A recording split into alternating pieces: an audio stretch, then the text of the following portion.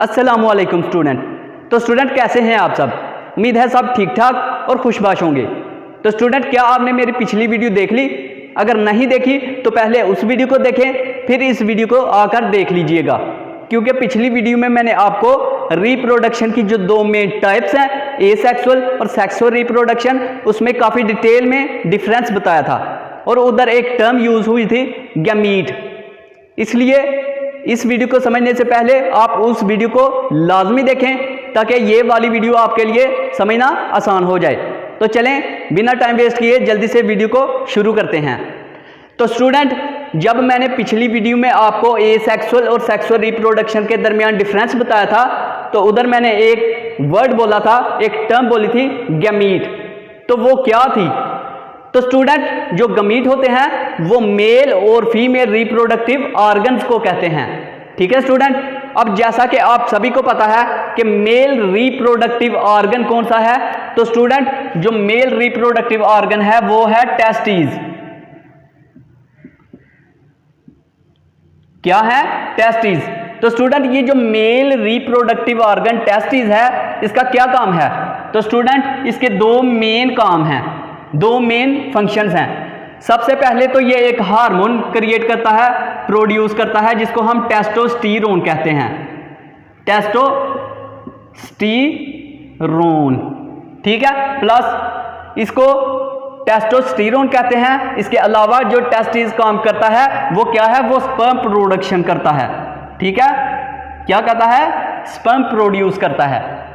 तो स्टूडेंट इसी तरह अगर हम बात कर लें फीमेल रिप्रोडक्टिव ऑर्गन की, तो उसमें क्या है? फीमेल रिप्रोडक्टिव ऑर्गन क्या है? ओवरीज। ठीक है स्टूडेंट, फीमेल रिप्रोडक्टिव ऑर्गन है ओवरी। ठीक है। अब ओवरी का क्या काम है? तो इसका काम है एग प्रोडक्शन।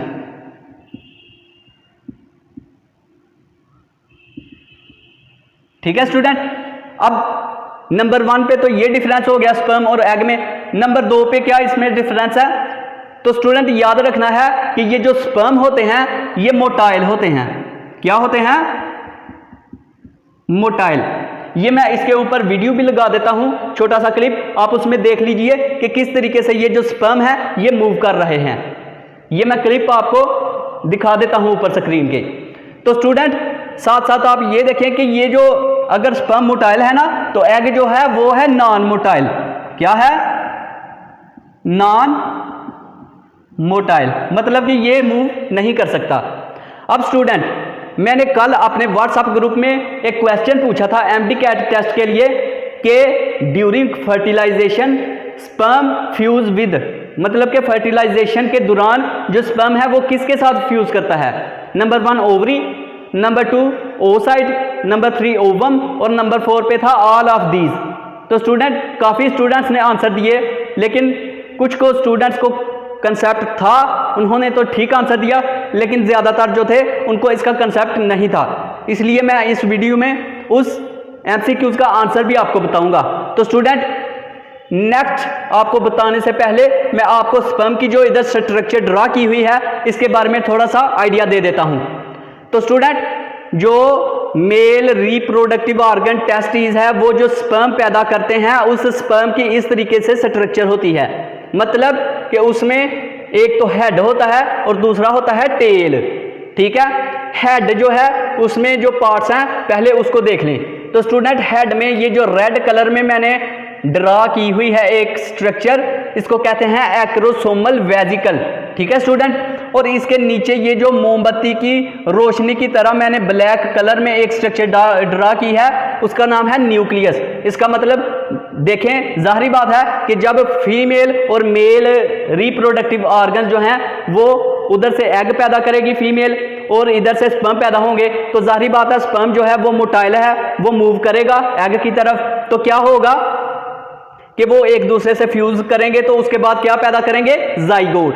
तो स्टूडेंट ये जो न्यूक्लियस है इसमें जेनेटिक मटेरियल डीएनए है वो इसी में मौजूद होता है। ठीक है स्टूडेंट। अब देखें हेड में तो आ गया एक्रोसोमल वेजिकल और न्यूक्लियस, उसके नीचे आ जाता है मिड पीस। ये जो मिड पीस है ना, ये हेड से बिल्कुल नीचे है अब ये जो मिड पीस है इसमें कौन सी चीज़ आ जाती है, तो इसमें आ जाता है माइटोकॉन्ड्रियन। तो स्टूडेंट मैंने पिछली वीडियो में भी आपको बताया था कि मैंने जो रैंडम वीडियोस बनाई हुई हैं उसका आपको फ़ायदा आगे चलकर पता चलेगा। तो अब इंशाल्लाह ताला आप देखते जाएं कि आपको किस तरीके से उन वीडियोस को देखने का फ़ायदा होता है। तो स्टूडेंट मैंने माइटोकॉन्ड्रिया के ऊपर एक वीडियो बनाई थी, तो उसमें मैंने जो कुछ बताया था वो अब तो मैं बता नहीं सकता, लेकिन मैंने आपको एक बात ज़रूर बतानी है कि ये जो माइटोकॉन्ड्रियन है इसको हम कहते हैं power house of the cell. क्या कहते हैं? Power house of the cell.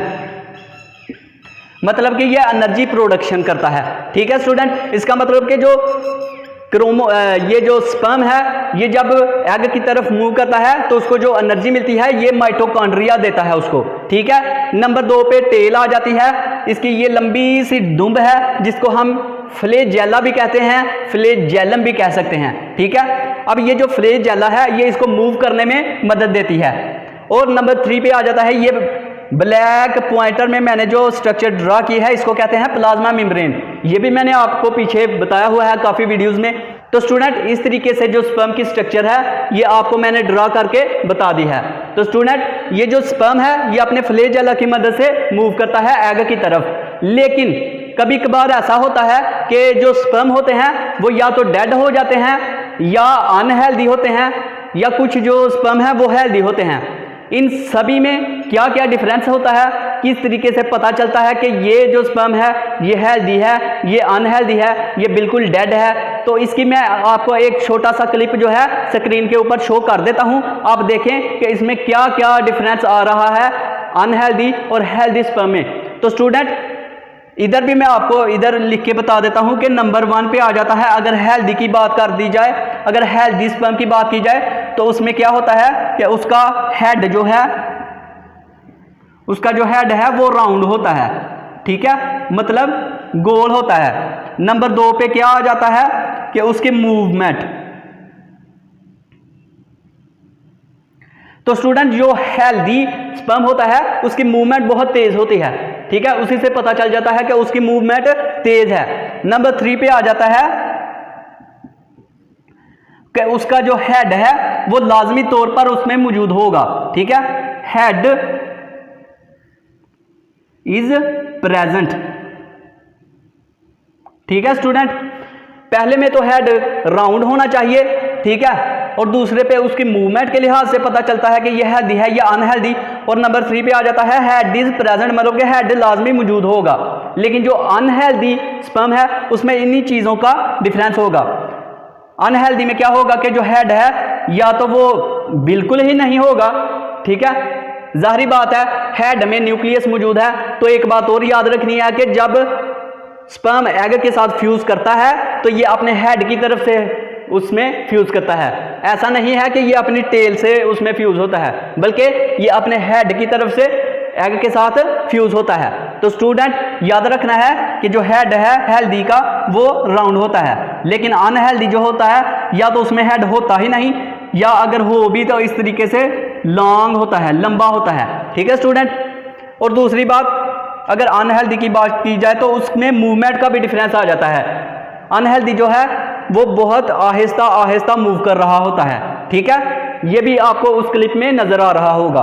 और नंबर 3 पे आ जाता है हेड इज प्रेजेंट। ये मैंने पीछे भी बता दिया कि या तो उसमें हेड होगा ही नहीं, ठीक है, और अगर होगा भी तो वो थोड़ा सा लंबा होगा। ठीक है स्टूडेंट, और एक और तीसरे नंबर पे आ जाता है कि जो अनहेल्दी स्पर्म है ना उसमें क्या हो सकता है, कभी कभार देखें मैंने क्या बताया कि जो स्पर्म है वो इस तरह का होता है, उसका हेड जो है वो राउंड होता है।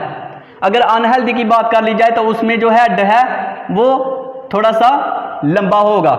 और अगर एक और बात देख ली जाए हेड के लिहाज से तो कभी कभार ऐसा होता है कि हेड इस तरफ को होता है और इस तरीके से।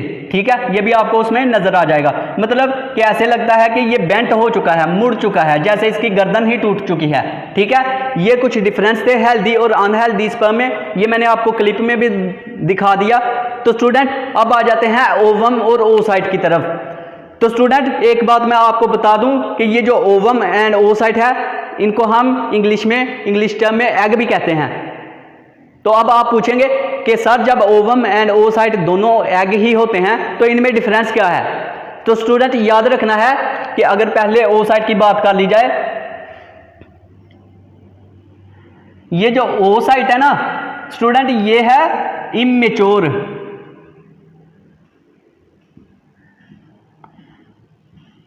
इमेच्योर एग सेल, ठीक है। मतलब कि ये जो ओसाइट है ये इमेच्योर एग सेल को कहते हैं, ठीक है। अब ये जो इमेच्योर एग सेल है ये कहां पाया जाता है, तो याद रखना है स्टूडेंट, ये जो एग होता है ना, ओवरी जो होती है, उसमें ओवरी जो है वो फॉलिकल के साथ मिलकर बनी होती है। मतलब फर्ज कर लें कि ये एक ओवरी है, तो इसमें छोटी छोटी छोटी छोटी फ्लूइड से भरी हुई थैलियां होती हैं, इनको हम कहते हैं फॉलिकल्स।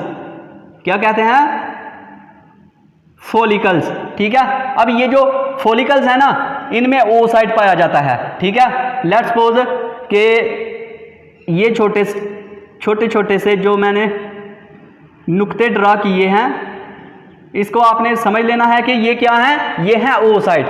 इसका मतलब कि ये जो ओसाइट है ये ओवरी में जो फॉलिकल्स मौजूद होते हैं फ्लूइड फील्ड उनमें पाया जाता है, ठीक है। लेकिन जो ओवम है ये क्या होता है, अगर वो इमेच्योर है तो जाहिर बात है ये मैच्योर एग सेल होगा, मैच्योर एग सेल। तो स्टूडेंट कल मैंने व्हाट्सएप ग्रुप में जो क्वेश्चन पूछा था वो ये था कि during fertilization sperm fuses with ovum, oocyte, ovary या ऑल ऑफ दीज। तो स्टूडेंट आपने आंसर बताना था ओवम, क्योंकि आपको पता है कि मैच्योर एग सेल जो है उसी के साथ स्पर्म फ्यूज करेगा, इमेच्योर के साथ तो कर नहीं सकता, इसलिए उसका करेक्ट आंसर था ओवम। ये मेरा ख्याल है ऑप्शन नंबर बी था, ठीक है स्टूडेंट। अब देखें स्टूडेंट, कुछ लोग ऐसे होते हैं कि उनमें स्पर्म में या ओवरी में कुछ डिजीजेज आ जाती हैं। अगर स्पर्म की बात कर ली जाए तो उसमें आ जाता है ल्यूकोस्पर्मिया। अब इस ल्यूकोस्पर्मिया को हम ल्यूकोसाइटोस्पर्मिया भी कह सकते हैं, ल्यूकोसाइटोस्पर्मिया। नंबर 2 पे इसको हम पायोस्पर्मिया भी कह सकते हैं, पायोस्पर्मिया भी कह सकते हैं। तो स्टूडेंट इसमें क्या होता है, तो स्टूडेंट जब कभी पेशेंट जो है जिनमें स्पर्म की या ओवरीज की प्रॉब्लम होती है या कोई बीमारी होती है, तो वो जब डॉक्टर के पास जाते हैं तो डॉक्टर क्या करते हैं कि अगर स्पर्म में कोई प्रॉब्लम है, मेल में कोई प्रॉब्लम है, तो क्या कहते हैं कि उसको कलेक्ट करते हैं और देखते हैं, उसकी माइक्रोस्कोपिक स्ट्रक्चर देखते हैं। तो क्या होता है कि माइक्रोस्कोपिक जो स्ट्रक्चर होती है वो भी मैं आपको इधर दिखा दूंगा क्लिप में। तो क्या होता है कि उसमें छोटे छोटे से ब्लैक कलर से इस तरीके से कुछ डॉट्स नजर आते हैं, उनको कहते हैं ल्यूकोसाइट। क्या कहते हैं, उनको कहते हैं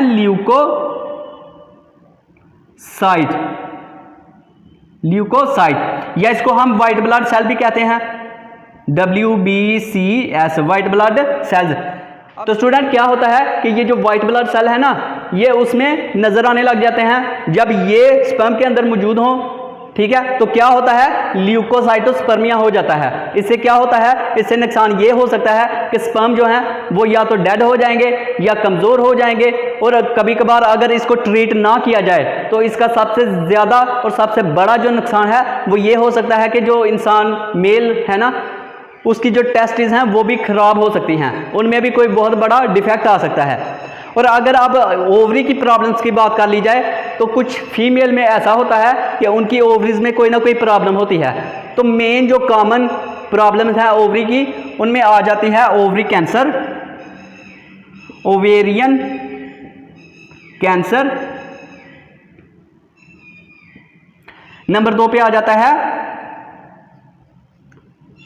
सिस्टिक ओवेरियन या सिस्टिक ओवरी, मतलब इसमें सिस्ट पैदा हो जाता है, ठीक है। इस तरीके से ये कुछ कॉमन प्रॉब्लम्स हैं ओवरी की कैंसर भी हो सकता है फीमेल को, और उसमें सिस्ट भी पैदा हो सकता है। तो स्टूडेंट ये थी आज की वीडियो, उम्मीद है आज की वीडियो आपको अच्छी लगी होगी।